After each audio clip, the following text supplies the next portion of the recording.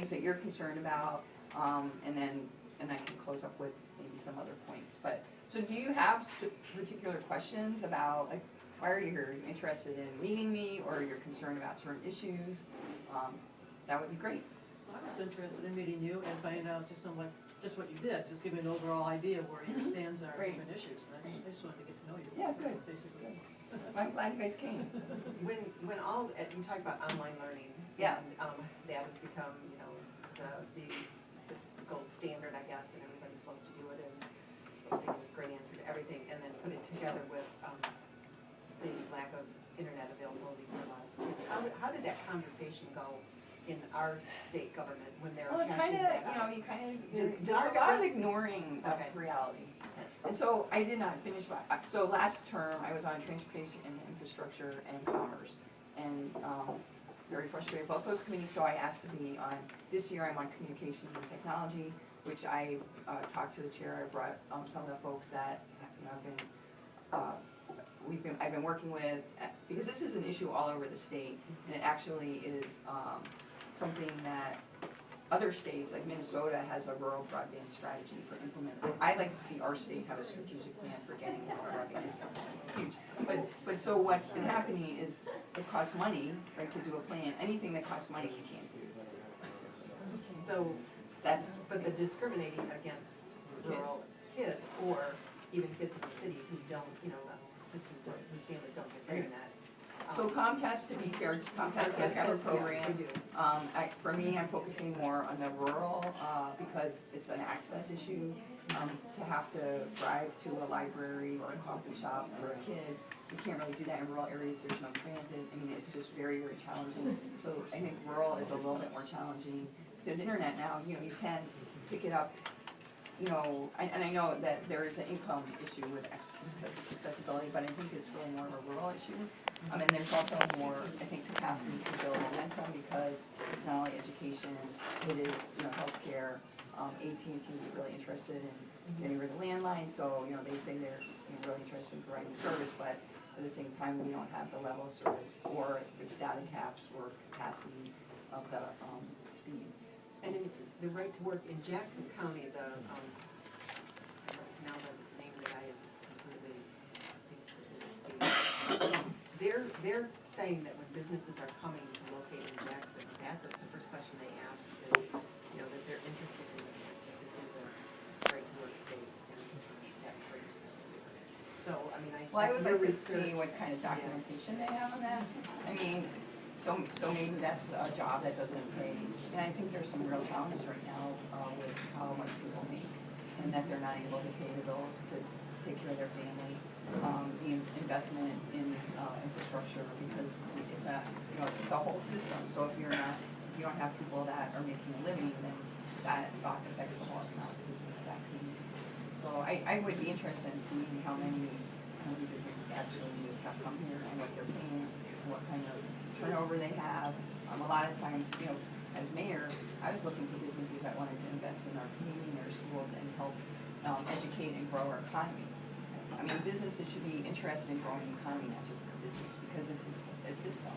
And so when you're not part of the system, you're just like taking, that doesn't help the communities and the schools. There's kind of a growing little group of art people in Jackson County that are really, really trying, and, you know, unknown, little known, just people that are working at it on their own. And I don't know if Celine, as mayor and Celine, if that was part, how that worked with your, So as mayor, I actually spent a lot of time, I was on this, we had a board that represented all the cities around the state. Cultural economic development is huge.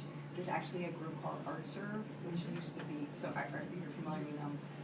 I was really engaged with, I'm really good friends with Jennifer Goulet, I don't know if you know her, but she actually used to be the DEA director for IPSI, and then she became, it used to be, before ArtServe, it was called, or now it's called Creative Management, right? So, but in Washington County, we have an Arts Alliance, and there's a lot of documentation that shows the dollars that come into a community around economic development, around culture and the arts. And Jackson does also, that's kind of growing, but it's What's just the name of the group? Arts and Cultural Alliance in Jackson, something like that.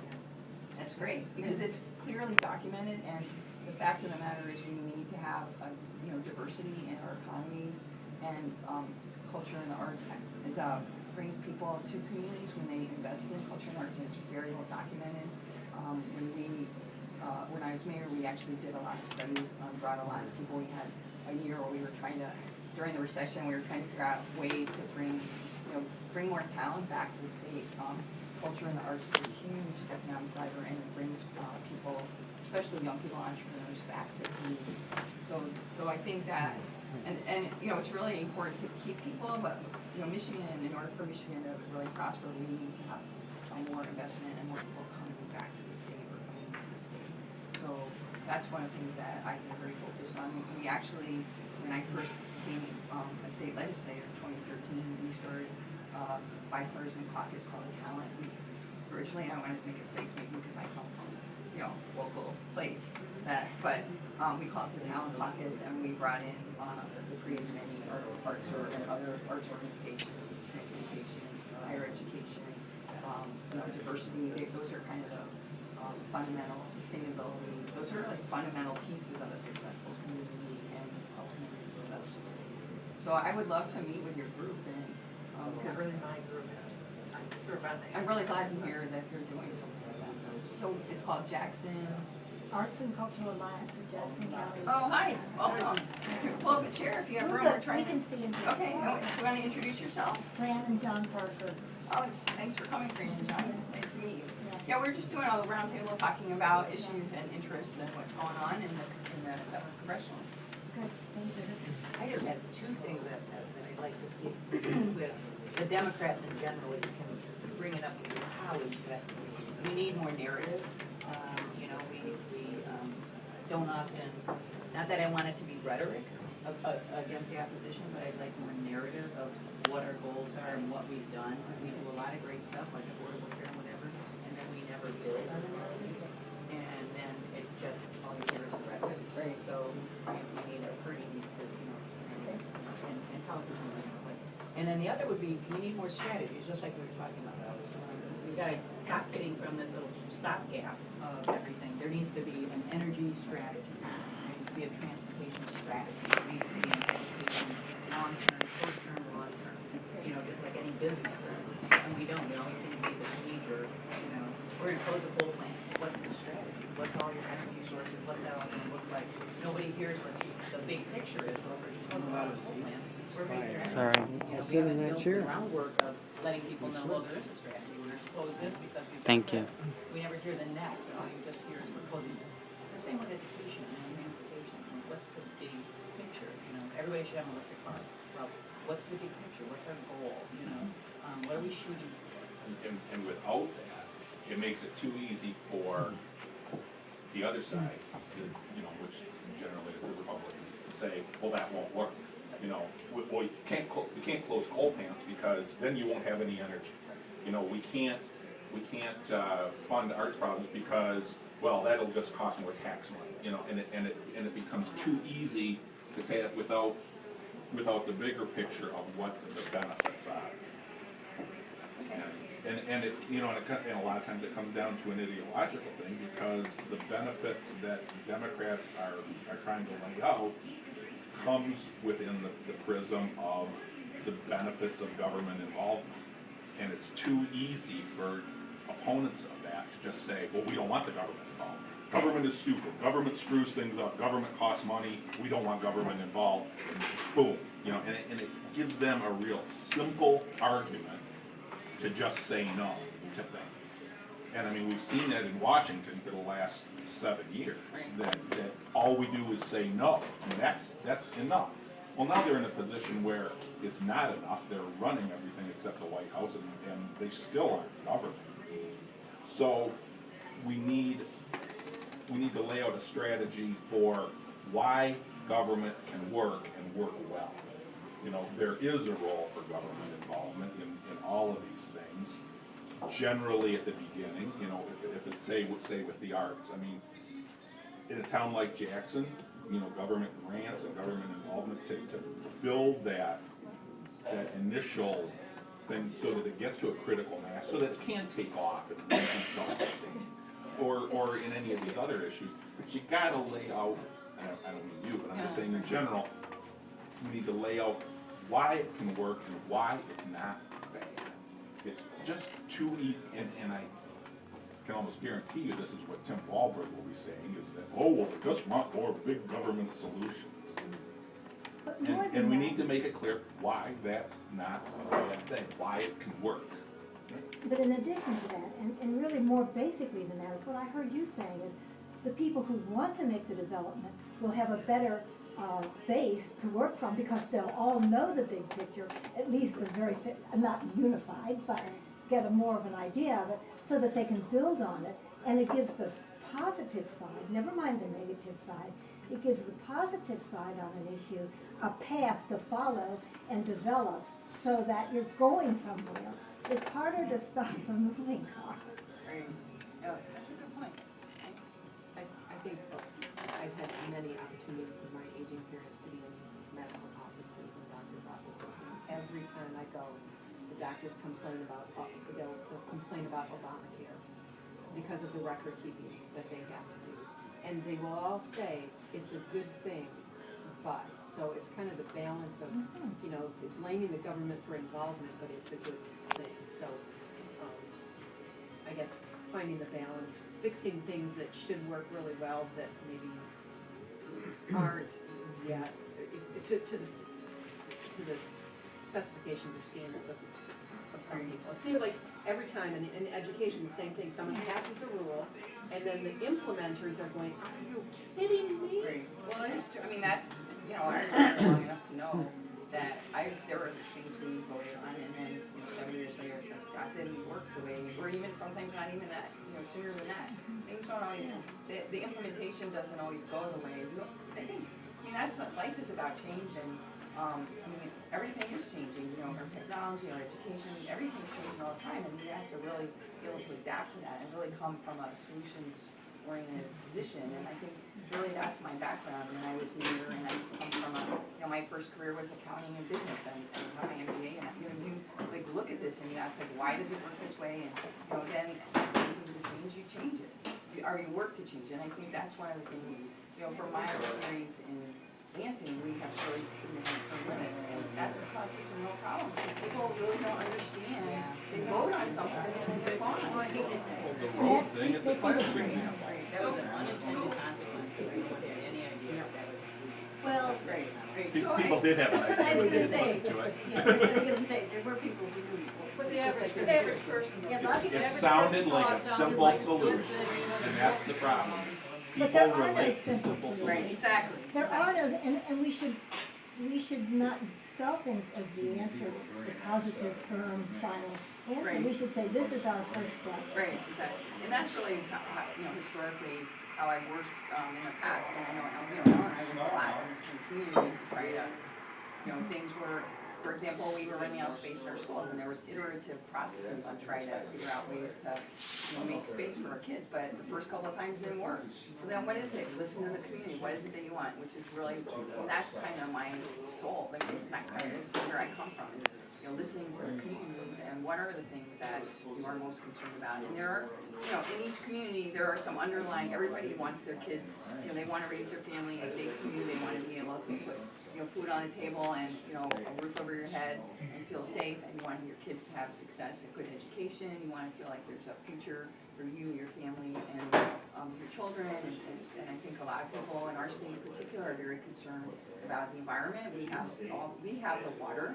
I mean, come on, you know, so the committees I'm on this cycle are agriculture, communications and technology, and I'm minority chair of elections.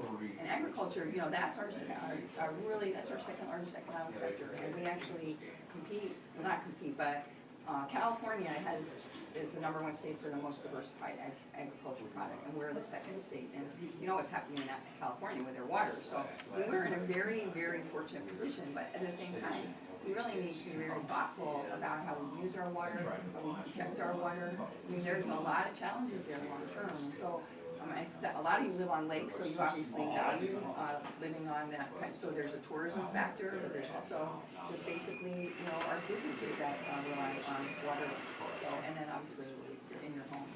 So I think that's another thing, so solving, you know, continually looking, and I think the biggest thing that's most important is wanting to work towards a better solution. And that's really, I think what we will talk about is like, that's not happening, there's more of this this negative, you know, government's bad, and I think we need to be working towards, you know, solving some of these problems instead of just pointing fingers. So that's really what I have always done, and so elected The official. idea that we're gonna get something for nothing, we don't have to pay for this stuff. That's right. That's a hard mentality for that. I mean, Flint, you know, why did they switch their water system? Because it was cheaper, right? They don't wanna spend the money. See how that turned out. I know it's, I had a coffee meeting a couple weeks ago, and they are having problems with their busing. They privatized their busing to save money, and now they don't have the buses, but they're not able to serve their kids, and it's becoming a real challenge.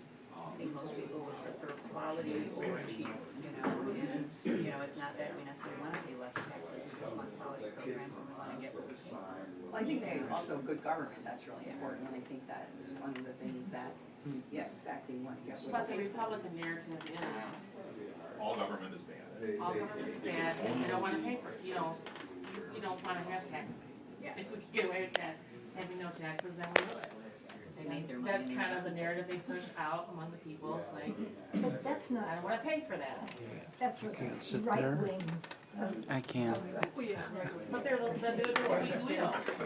squeak wheel. That's the noise, I know, that's where the sound's Some coming. ways. But that's filters out. also more and more, and I don't wanna get into, you know, just being critical here, but that's more and more the wing that is ruling the Republican Party. I mean, I was raised a Milliken Yeah, I Republican, was gonna say. and, you know, Bill Milliken would be considered a communist these days in Michigan.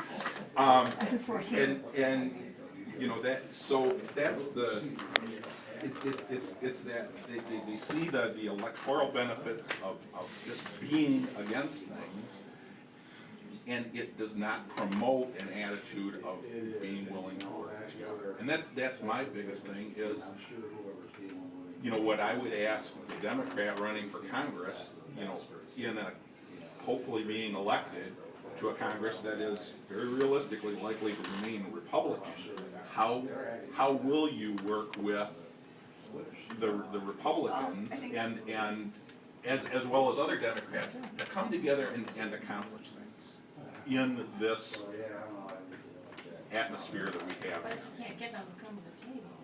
So, I mean, I've always been, and you know, it's the same environment I'm in Leeds. So I've always been, first of all, you have to come to the table. So you have to look for, you know, what are the challenges, what are the issues that we need to be working on, and then figure out ways to come together to develop consensus to solve this problem.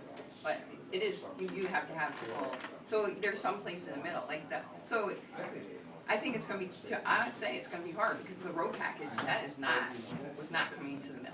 And I spent a lot of time, so there'll be places like on broadband and technology like that, there are things that I'm doing locally and trying to bring them to the statewide. So it's kind of identifying what are things that you can move the needle on, and then what are things that you can't. And so it will be challenging, but that's kind of where I come from. I've always worked to come together with my council, my legislators in Lansing. You always, we come from different perspectives, and we're supposed to, but, so where is it that we can meet and solve problems together? So I do think there will be times, there will be opportunities to do that, and then there will be times where we're just not gonna be able to solve the problems. And that is kind of frustrating for people. I mean, it's happening in Lansing right now, so. I'm a retired teacher. I taught for 38 years. I see the things that our legislator and the governor are doing in education is destructive, which is their goal. That is their goal, to restore the NBA union in education. Public. Yeah, well, Because they want it all privatized. And you talking earlier about all the changes and things like that, and in 38 years of teaching, I saw, well, Common Core was coming in when I started. And then there was No Child Left Behind, just all kinds of different things, and they recycle. It ends up being about the same thing every 10 years, you know, but a different name, different parameters and so on. And education works when people are allowed to look at their community, see what's needed in their community, and along with the general education that everybody is going to have, they kind of fit to their needs. I taught industrial arts for 20 years, was a high school guidance counselor for 18.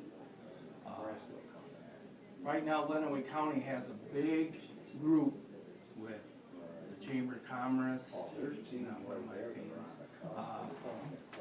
the business and the schools, in trying to figure out how can we get more skilled trades people and keep them in our area because they can't find skilled trades people. Well, I can tell you very simply, you need to put industrial arts back into the schools because those kids have no idea, most of them, about what a screwdriver and a hammer are used for. And an opportunity to have experienced it and say, hey, this, you know, I don't want to go to college, but this is something I want. And so those. So they took, they cut industrial arts? Oh, there is hardly no industrial arts. When I taught at Tecumseh, there were 5 of us that were industrial arts teachers at the high school. There's no program there whatsoever now. And it's the same thing with home economics and those types of things. We all have to have this Common Core and the graduation requirement. The kids don't have enough time to do them. It's one of the problems. We had a fantastic art program, 3 teachers, just one of the best ones in the state of Michigan. And it's down to 1 teacher. And, you know, because one, nobody has the time to take the classes. So I think education needs to be addressed, okay? And in a way that we build up public education and get the businesses out. And education needs to look at where we're going as we're a global society now. So people don't stay in a neighborhood for 30 years anymore. And so that's what I was talking about, strategies. You know, nowadays your millennials and whatever, they live 5 years here, 5 years there. So there's no tax base. You don't have a tax base, and you don't have tax base with companies anymore. So we have to find a better strategy for education, for what does the state want education to look like, and then everybody needs to get equal. Saline students should not have more advantages than Ypsilanti. You know, you shouldn't have an industrial program, and they can't. Everybody needs to have all of those programs on an equal level playing field, and it can't be tax base. And it's the same healthcare. The problem with healthcare is, you know, the ACA, the Obamacare was trying to, it needs to be single payer. What works well, people kind of complain, but nobody wants their Medicare taken away because it's a single payer. You get one bill, everything's on there, all the paperwork. You know, if you're applying for Part D, Medicare Part D, you go on the website, you got all these choices, blah, blah, blah, it works seamlessly. And the ACA was trying to fit into a for-profit system. And you're trying to fit this, you know, single payer into a profit. So you're gonna have a ton of paperwork because you got 40 different things that aren't connected. And it would be so much singular, you know, we have to, at some point, the country has to say, that doesn't work. We have to, you know, you wanna call it socialism. Well, the reason other countries are bypassing us is because they know where to use the resources, you know? They're gonna have single payer healthcare, single education, and we're just all the sticks, you know? Struggling for a piece of the pie, we should all have a piece of the pie. It should be one pie. It's very stressful. Well, I think the public education system is a really important part of our future. I talked about that a little bit in the beginning, and I do agree with you that there are a lot of challenges, there's a lot of talk. The biggest thing that has been occurring is that legislators seem to think that they know how to be a teacher. And I think that's my biggest challenge. Again, I know, so, but that's kind of what, when you talk about regulations, and it's been kind of shocking to see what's been coming out lately. And also, you know, all the testing that's going on, that's not helping our kids, really. So we have a lot of work to do. And thinking that we can run a public school system all alone. Right. So there is this big, and you know, when actually one of the things when I first ran for the State House, I talked a lot about Proposal A. For those of you that were, well, I think probably all of us were around when that happened, and I was actually on city council, and you know, it was a big deal, and it really changed how we fund our schools and communities pretty significantly. And when I got to Lansing, and that was something I felt has been broken and needs to be fixed, and we talked a lot about it in the past, and I had hoped to move the needle on that, but we really aren't having any serious conversations. And I've talked to probably out of the 12 legislators that were elected, at least half of them, they said that was based on a growth model, and you know, obviously we had a big decline here in the state, and their ability to adjust now for, you're talking about equitable school funding, and also the funding of local communities and public safety and just the basic services is, you know, very significant. We had to cut 20% of our workforce in Saline, and you know, because of the cap, we don't have the ability to adjust that revenue in a very timely manner. It's going to be a very difficult process in recovery. There's, you know, over 20% of our school districts are in deficit positions. Just really, I mean, it's a very challenging. That's a conversation that we need to be having, but there's not, to your point about working together, doesn't seem to be the recognition or the interest in Lansing right now. Desire for simple answers, you know, Proposal A, oh, it's a simple answer, we'll cut your property taxes and we'll shift it to sales tax. Well, fine, what happens when the sales tax base falls away? Or, you know, schools of choice, we'll give you competition, you know, we'll create competition, that'll be good for students, you know, and yeah, it sounds, you know, higher level, it sounds like it makes sense. But then you get into a situation where you've got schools that are spending hundreds of thousands of dollars on marketing campaigns to try to steal kids from other districts, and it's just spinning your wheels, and it's stupid. I live on a kind of street that gets traveled a great deal.